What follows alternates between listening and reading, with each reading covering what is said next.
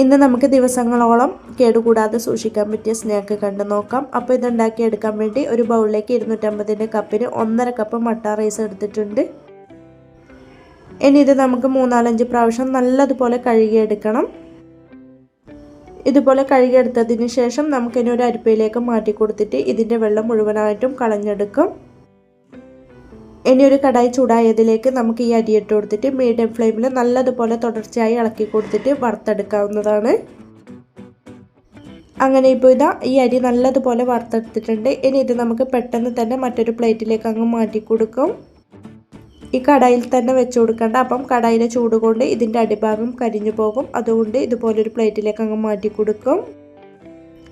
ഇനി നമുക്ക് അതേ കടായി തന്നെ ചൂടായതിലേക്ക് 1 ടേബിൾ സ്പൂൺ നെയ്യ് ഒഴിച്ചു കൊടുക്കണം. ഇനി ഈ നെയ്യ് ചൂടായതിന് ശേഷം നമുക്കിതിലേക്ക് അരി അളന്നെടുത്ത അതേ കപ്പിന് തന്നെ 1.5 കപ്പ് തേങ്ങ ചിരവിയത് ചേർത്ത് കൊടുക്കാം.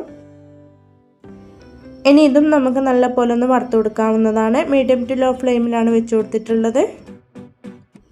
ഇതുപോലെ തുടർച്ചയായി ഇളക്കി കൊടുത്തിട്ട് ഇതുപോലെ ഗോൾഡൻ കളർ ആകുന്ന സമയത്ത് നമുക്കിത് കോരി മാറ്റാം.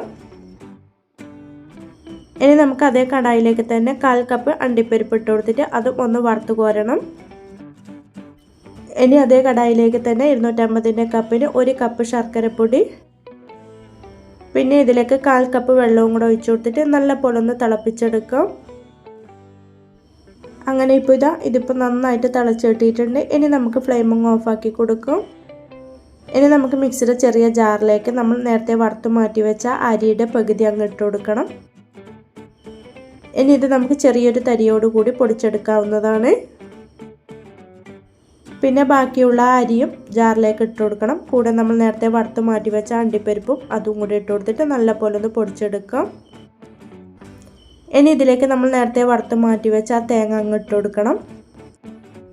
ഇതുപോലെ തേങ്ങ ഇട്ട് കൊടുത്തതിന് ശേഷം 1/2 ടീസ്പൂൺ ഏലക്കാപ്പൊടി, 1/2 ടീസ്പൂൺ ചെറിയ ജീരകത്തിൻ്റെ പൊടി, 1/2 ടീസ്പൂൺ ചുക്കുപൊടി ഇത്രയും ചേർത്ത് കൊടുത്തിട്ട് വീണ്ടും നമുക്ക് നന്നായിട്ടൊന്ന് മിക്സ് ചെയ്ത് യോജിപ്പിച്ച് കൊടുക്കാം. ഇനി ഇതിലേക്ക് നമ്മൾ നേരത്തെ ഉരുക്കി മാറ്റി വെച്ച ശർക്കരപ്പാനി ചേർത്ത് കൊടുക്കണം. ശർക്കരപ്പാനിക്ക് അത്യാവശ്യം നല്ല ചൂടുണ്ടായിരിക്കണം. ഇനി ഇത് നമുക്ക് നന്നായിട്ടൊന്ന് മിക്സ് ചെയ്ത് യോജിപ്പിച്ച് കൊടുക്കാവുന്നതാണ്. ഒരുപാട് കുഴഞ്ഞു പോകേണ്ട, ഈ ഒരു പാകത്തിനാണ് നമുക്ക് റെഡിയാക്കി എടുക്കേണ്ടത്.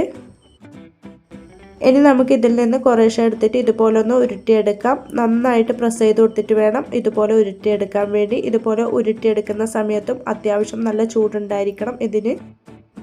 അങ്ങനെ നല്ല ടേസ്റ്റി ആയിട്ടുള്ള സ്നാക്ക് ഇവിടെ റെഡിയായി കിട്ടിയിട്ടുണ്ട്. എല്ലാവരും ഇതുപോലെ ഒന്ന് ട്രൈ ചെയ്ത് നോക്കാനും ലൈക്ക് ചെയ്യാനും കമൻറ്റ് ചെയ്യാനും സബ്സ്ക്രൈബ് ചെയ്ത് സപ്പോർട്ട് ചെയ്യാനും മറക്കല്ലേ. Thank you for watching.